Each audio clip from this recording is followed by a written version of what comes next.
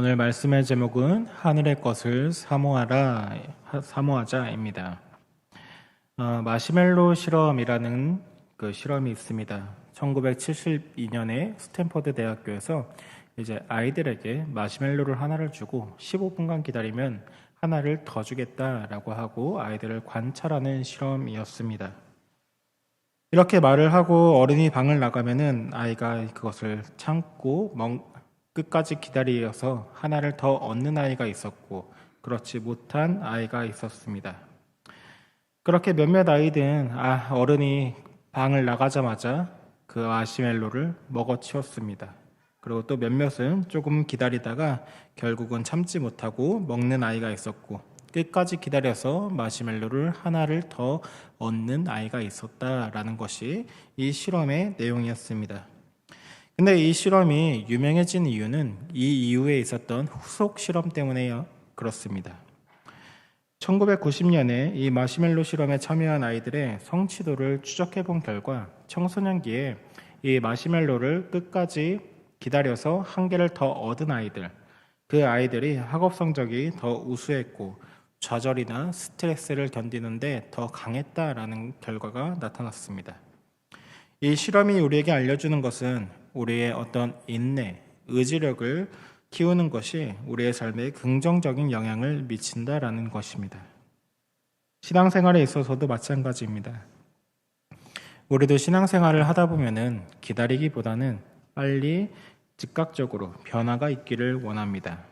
예를 들어 하나님께 기도한 후에 곧바로 하나님께서 우리의 기도를 응답해 주시길 바라는 그 마음들, 그런 경우도 있고 자신을 향한 하나님의 뜻이 무엇인지, 하나님의 계획이 무엇인지, 하나님이 지금 나에게 무엇을 원하고 계시는지 이런 것들을 묻기보다는 그런 것에 대해 알지 못한 채 자기가 이해한 하나님의 뜻과 그 목적을 자기의 열심으로 이루어가고자 하는 경우들이 있습니다.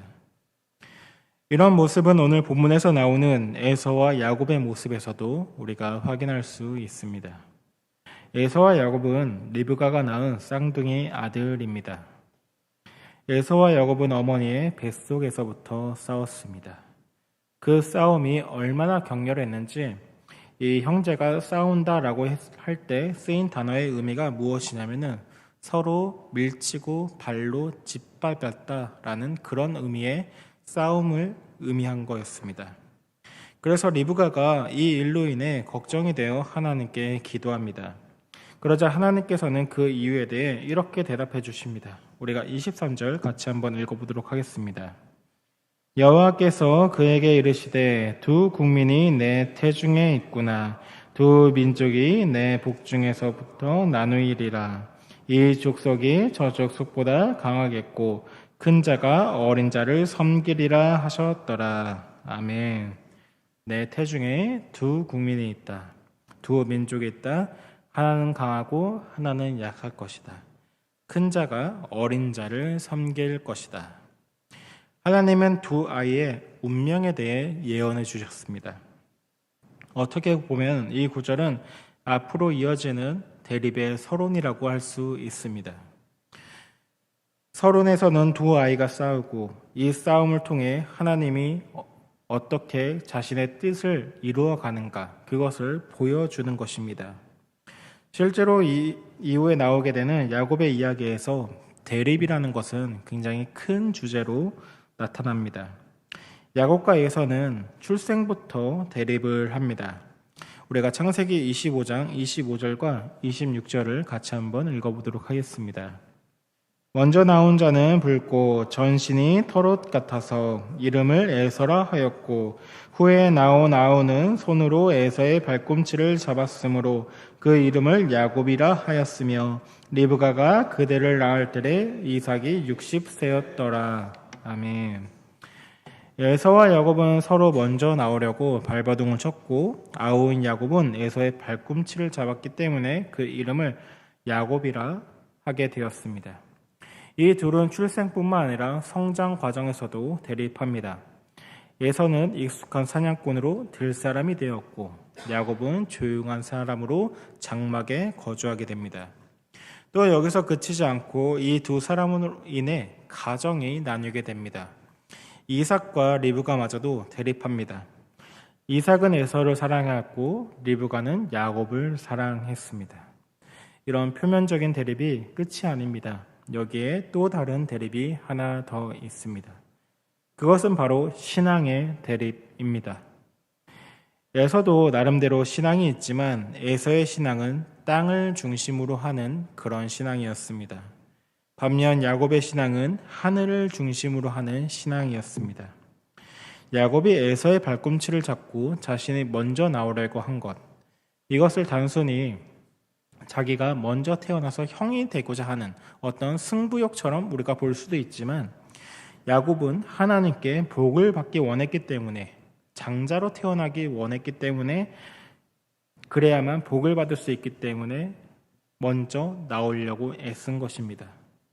그런데 정작 장자로 태어난 에서는 하나님의 복을 어떻게 여겼습니까? 성경은 매우 가볍게 여겼다라고 말합니다. 창세기 25장 34절을 같이 한번 읽어보겠습니다. 야곱이 떡과 팥죽을 에서에게 주매 에서가 먹으며 마시고 일어나 갔으니 에서가 장자의 명분을 가볍게 여김이었더라. 아멘.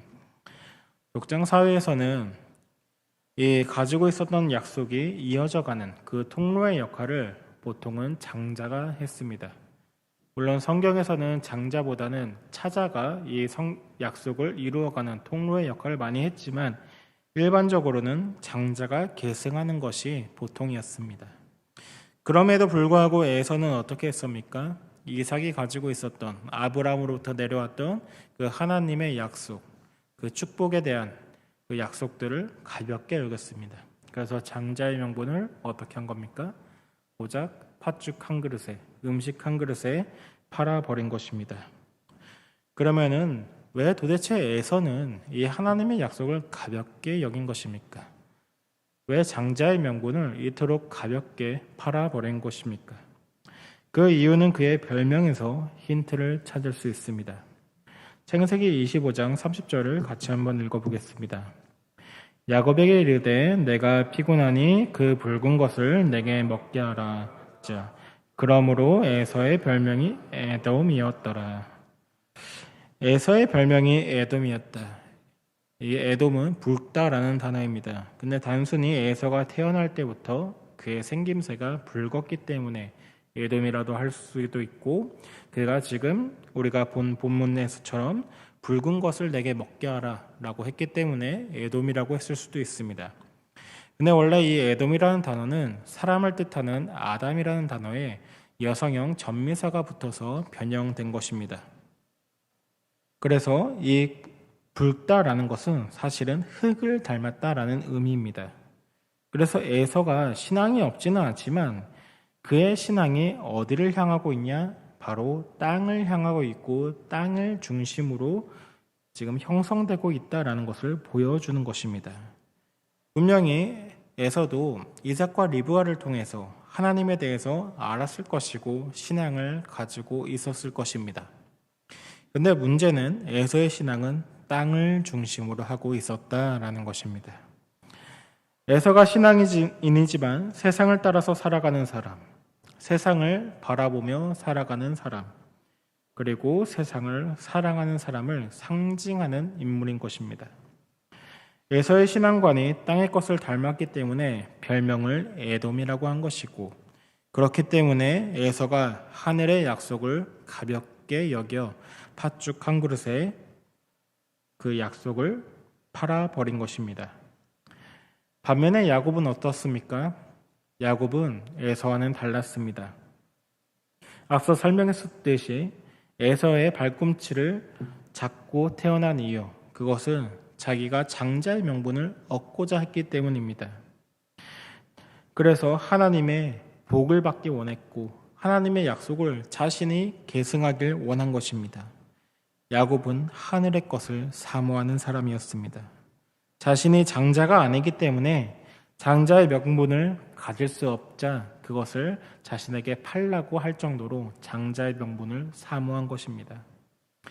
야곱이 거짓말을 잘하고 꾀가 많아서 에서의 장자의 명분을 살려고 한 것일 수도 있지만 본문에서 분명하게 드러나는 것은 야곱이 그 장자의 명분을 에서보다 훨씬 더 가치 있게 여기고 사모했다라는 점입니다. 야곱은 장자의 명분이 갖고 있는 영적인 가치를 잘 알고 있었습니다. 그러나 에서는 영적인 것보다 이 땅에서의 눈에 보이는 것, 당장 자신에게 만족을 줄 수 있는 그 배고픔을 해결할 수 있는 그런 것을 위해서 영적인 것은 가차없이 버린 것입니다. 마치 마시멜로 실험에서 더 많은 것을 얻을 수 있음에도 불구하고 참지 못하고 마시멜로를 먹어버린 아이들처럼 에서는 당장의 배고픔을 해결하기 위해 장자의 명분을 판 것입니다. 이에 대해 히브리서 12장에서는 이렇게 말합니다. 우리가 히브리서 12장 16절 한번 같이 읽어보겠습니다. 음행하는 자와 혹 한 그릇 음식을 위하여 장자의 명분을 판 에서와 같이 망령된 자가 없도록 살피라. 아멘. 히브리서 12장에서 히브리서 기자는 이 새 언약의 백성으로 하나님을 경외하고 흔들리지 않는 신앙을 가져야 한다 이렇게 강조하는 가운데 반면교사로 에서를 예로 듭니다. 히브리서는 음행하는 자, 망령된 자를 동일시하면서 에서와 같이 음행하고 망령된 자가 되지 말라라고 경고를 합니다. 그러니까 에서가 하나님의 축복을 소홀히 여기고 장자의 명분을 판 것, 이것은 단순히 장자의 명분을 판 것이 아니라 이것은 하나님을 버린 것이다 라는 의미입니다. 배교한 것이다 라는 의미에서 에서를 음행한 자, 그리고 망령된 자, 세속적인 사람이라고 표현한 것입니다. 왜 그렇습니까? 당장 필요를 해결하기 위해 영적인 가치를 가차없이 버렸기 때문입니다. 값으로 매길 수 없는 하나님의 복을 음식 한 그릇에 팔았으니 얼마나 어리석은 짓입니까? 이것은 우선권의 문제입니다. 하늘의 것을 사모하며 살 것인가? 아니면 땅의 것을 사모하며 살 것인가? 이것은 불신자와 신자의 문제가 아니라 믿는 우리 가운데서도 충분히 일어날 수 있는 일입니다. 우리도 하늘의 가치를 두고 살아가야 하는지 아니면 내가 땅의 가치를 두고 살아가는지 점검해 볼 필요가 있습니다. 우리도 하늘의 가치를 두고 하늘의 우선권을 두어야 합니다. 그런데 그렇지 않고 땅의 것을 구하며 땅의 가치를 두며 땅의 것을 위해 비교도 할 수 없이 귀한 하늘의 것을 우리가 버린다면 그것이 얼마나 어리석겠습니까? 그런데 그런 일이 가능하다라는 것을 우리에게 에서를 통해 보여주는 것입니다. 하늘의 것을 사모하는 사람들은 하늘의 것을 위해 이 땅의 것을 포기할 수 있습니다. 버릴 수 있습니다. 그러나 반대로 땅의 것을 사모하는 사람은 땅의 것을 위해 하늘의 것을 포기하고 버리기 마련인 것입니다. 믿는 우리가 추구해야 할 것은 바로 영적인 가치가 있는 영원한 것, 하늘의 것입니다. 하늘의 것을 사모하는 야곱으로 살 것인지 아니면 땅의 것을 구하는 에서로 살 것인지 우리가 정해야 하는 것입니다. 우리가 하늘과 땅, 영적인 것과 육적인 것, 어느 것에 가치를 두고 살 것인지 정해야 하는 것입니다. 땅의 것을 사모하는 에서와 하늘의 것을 사모하는 야곱은 이렇게 출생부터 시작해서 성장 과정, 부모의 사랑, 이 신앙까지 모든 것이 대립했습니다. 그럼에도 불구하고 하나님은 이 대립을 사용하셔서 자신의 계획을 이루어 가십니다. 에서가 장자의 명분을 가볍게 여김으로 장자의 명분이 야곱에게 가게 되었고 큰 자가 어린 자를 섬기리라 말씀하셨던 그 말씀이 성취되었습니다. 야곱이 에서를 피해 도망침으로써 또 어떤 결과가 일어났습니까? 결혼도 하게 되었고 자녀를 출산하기도 하였고 또 재산을 많이 갖게 되었고 이스라엘 민족을 세우는 기초를 마련하게 되었습니다. 나중에 에서와 야곱이 화해하는 과정을 통해서는 야곱이 영적으로 인격적으로 성숙해짐으로써 하나님께 복을 받는 자가 되었습니다. 이처럼 하나님께서는 대립을 통해서도 하나님의 뜻을 이루어 가십니다. 하지만 문제는 사람에게 있습니다. 먼저 문제가 되는 인물은 이삭입니다. 이삭과 리브가는 하나님의 주권적인 선택이 누구에게 있는지 들었습니다. 큰 자가 어린 자를 섬길 것이다. 그러나 이삭은 하나님의 말씀에 따르지 않았고 에서를 사랑했습니다. 이삭이 에서를 사랑한 이유가 무엇입니까? 영적인 이유에서였습니까? 아닙니다. 단지 육적인 이유에서 에서가 사냥한 고기를 좋아했기 때문에 에서를 사랑한 것입니다. 만약 이삭이 하나님의 뜻에 순종해서 장자의 명분을 야곱에게 주었다면 야곱과 에서가 크게 싸워서 대립하고 나중에 생이별하는 일도 없었을지도 모릅니다. 그런데 야곱이 불순종했기 때문에 자신의 감정에 따라서 에서를 사랑했기 때문에 이 모든 것이 틀어지게 된 것입니다. 다음으로 문제가 되는 인물은 야곱입니다. 야곱은 하나님의 말씀을 듣고 성취하고자 했지만 둘째로 태어나 약속을 이룰 수 없기 때문에 인간적인 방법을 동원해서 하나님의 뜻을 약속을 이루려고 했습니다. 그 결과 에서를 피해 도망친 후에 어머니를 다시는 볼 수 없었고 자기가 남을 속이듯이 라반에게 속임을 당했고 자기의 아들들에게 속임을 당하는 많은 일들을 경험하게 됩니다. 야곱이 인간적인 방법으로 하나님의 약속을 성취하려고 하자 오히려 그것이 죄가 되고 그의 단점이 되었습니다.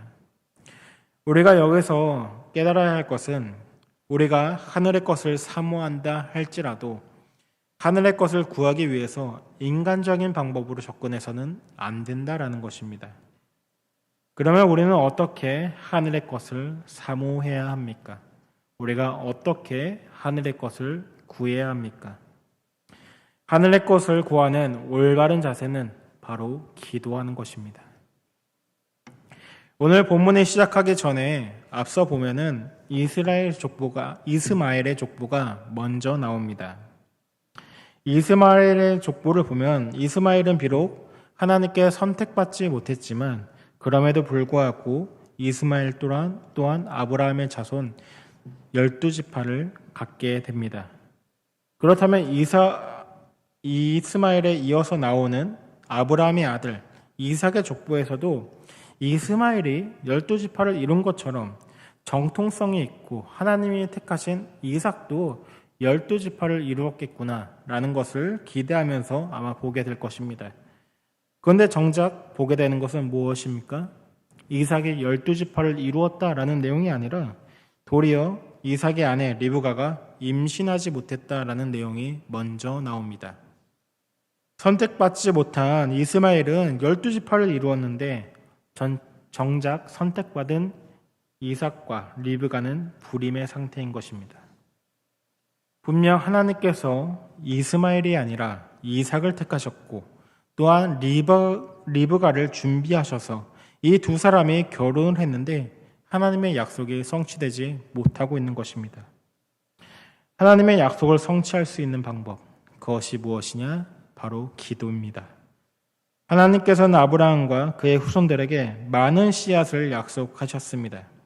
그러나 이 약속이 아무런 어려움 없이 인간의 단순한 생리적 현상으로 인해 이루어진다면, 성취된다면 별로 특별한 것으로 여겨지지 않을 수 있습니다.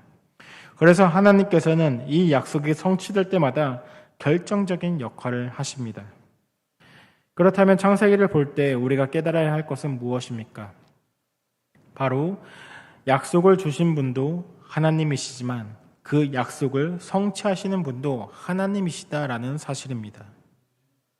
아브라함의 다른 형제들이나 또는 이스마엘과 같이 다른 가정들은 그들 스스로 자신들의 미래를 만들어내고 자신의 미래를 개척해 나갈 수 있을지 모릅니다. 그러나 아브라함의 가정은, 이삭의 가족은 하나님께 약속을 받았습니다. 자신의 힘으로 할 수 있는 것은 아무것도 없고 오로지 약속하신 그 하나님께 온전히 맡겨드리며 기도해야 하는 것입니다. 그래서 야곱과 에서가 출생하는 오늘 본문의 이야기에서 이삭과 리브가의 역할은 바로 기도하는 데 있습니다. 자신을 온전히 하나님께 맡겨드리는 태도야말로 하나님의 약속을 성취하는 방법입니다. 이삭은 리브가가 임신하지 못해서 여호와께 간구했다라고 말합니다. 이 간구하다라는 단어가 원어로는 아타르에 있고 기도라는 의미를 갖고 있습니다. 근데 단순히 기도하는 것이 아니라 이 아타르는 사람이 강력하게 간구하여 하나님께 그 기도가 영향을 미쳤다라는 것을 의미하는 기도입니다. 그렇게 태어난 것이 그래서 야곱과 에서입니다. 야곱과 에서가 단순히 태어나기만 했습니까? 아닙니다. 하나님의 부르심을 받았습니다. 야곱과 에서의 운명은 애초에 하나님의 손에 달려 있습니다. 야곱과 에서는 출생할 때부터 이미 그들의 부모가 기도했던 그 하나님께 결정하신 운명을 받게 된 것입니다. 하늘의 것을 사모하고 하늘의 것을 구하는 방법은 기도입니다. 기도는 단순히 하나님의 뜻을 알려달라고 하는 것이 기도가 아닙니다. 우리가 하나님의 은혜를 경험할 수 있는 방법이 기도인 것입니다. 이삭은 리브가가 임신하지 못했기 때문에 하나님께 기도했습니다. 그렇다면 리브가가 임신하지 못한 것은 단순히 이삭과 리브가의 가정에서 이 걱정과 근심이 되는 것이 아니라 하나님의 주권적인 은혜를 맛볼 수 있는 계기가 된 것입니다. 이삭은 이 문제로 인해서 얼마나 기도를 했을까요? 단순히 계산을 해봐도 이삭이 리브가를 만나 결혼했을 때가 40세였고 그리고 리브가가 아이를 낳았을 때가 60세였다라고 말합니다. 그러면 20년간 기도했다라고 볼 수 있습니다. 결혼 생활 20년 만에 이삭의 간절한 기도로 그 리브가가 임신하게 된 것입니다. 이 기간 동안 이삭이 믿음을 잃지 않고 기도했다라는 것 얼마나 어려운 일이었겠습니까? 그러나 우리가 여기서 깨달아야 할 것은 우리도 이삭과 같이 오랜 시간 간절한 마음으로 기도하는 자세를 가져야 한다라는 것입니다. 요즘 우리가 사는 시대는 수많은 것들이 인스턴트처럼 즉석으로 진행되는 시대를 살아가고 있습니다. 그런 시대에 우리도 이삭처럼 오랜 세월 동안 꾸준히 기다리며 기도할 수 있는 그런 미덕을 가질 수 있기 원합니다. 그런데 이런 이삭과 같이 기도하지 못한 사람이 누구입니까? 바로 야곱입니다. 야곱은 자기의 힘으로 하나님의 약속을 성취하려고 했습니다. 그래서 야곱의 형으로부터 장자의 명분을 빼앗기 위해 거짓으로 속이고 팥죽 한 그릇에 장자의 명분을 사고 아버지 이삭을 속여서 자신이 축복을 받게 되었습니다. 그러나 성경은 이 모든 일들이 다 쓸모없는 짓이었고 하나님이 이 일을 주권적으로 행하실 것을 충분히 이해하지 못한 어리석은 짓이었다라고 합니다. 우리가 고작 팥죽 한 그릇에 장자의 명분을 팔아버리는 에서의 모습을 생각해 보면 언젠가 하나님이 에서에게 있는 그 장자의 명분을 야곱에게 자연스럽게 넘겨주시지 않았겠습니까?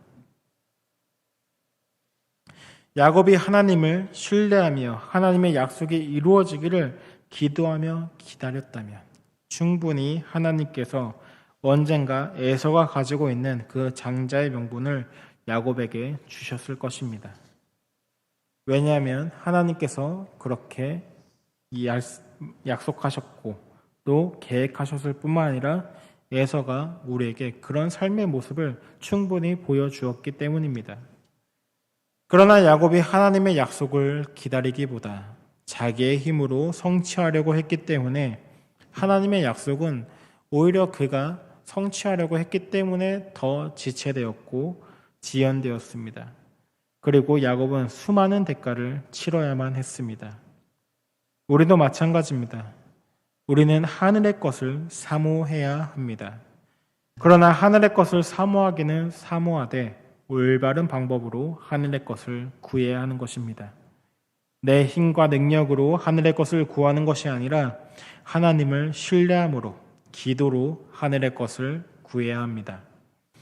우리가 과거에 내 신앙이 좋았다 할지라도 여전히 내 신앙이 좋았다라고 생각할 이유는 없습니다. 이삭도 보면은 리브가가 임신하지 못했기 때문에 기도했지만 20년간 그렇게 기도했지만 정작 두 아들이 태어난 이후에는 기도하지 않았습니다. 자기의 감정에 따라 자기의 욕심에 따라 에서를 사랑했습니다. 하나님의 말씀에 순종하지 못했습니다. 그렇기 때문에 중요한 것은 끝까지 기도하는 것입니다. 늘 자신을 내려놓고 하나님께 온전히 맡겨드리며 기도함으로 하늘의 것을 구해야 하는 것입니다. 우리가 신앙이 좋을 때도 있고 우리의 신앙이 때로는 나쁠 때도 있습니다. 기복이 있습니다. 그러나 그럴 때 우리가 기도의 줄을 잡고 있으면 우리가 흔들릴 수는 있어도 잘못된 길로 가지는 않습니다. 기도로 우리의 방향성을 잡아야 하는 것입니다. 우리는 모두 연약하고 쉽게 흔들릴 수 있는 존재입니다. 그러나 하나님께서 주신 약속을 붙들고 내 생각과 내 방법보다는 하나님을 신뢰하고 기도할 수 있기 원합니다. 우리가 하나님을 신뢰하고 기도하면 하나님께서 하나님의 때에 하나님의 방식으로 약속을 이루시고 역사하실 줄 믿습니다. 하나님은 우리가 기도하기 원하십니다. 그래서 우리의 삶 가운데 예상치 못한 어려움이 찾아올 때도 있고 그 일로 인해 걱정 근심하며 기도하게 될 때도 있습니다. 또한 그 문제들이 빠르게 해결되지 않아 우리가 고통 가운데 계속해서 기도하게 될 수도 있습니다. 오래 기다려야 할 때도 있는 것입니다. 그러나 그 시간들을 통하여서 하나님은 우리에게 은혜를 경험하게 하시고 더욱 하나님을 신뢰하게 하십니다. 그렇게 우리가 늘 기도로 하늘의 것을 구하며 하늘의 것을 사모하는 저와 여러분이 되기를 예수님의 이름으로 축복합니다.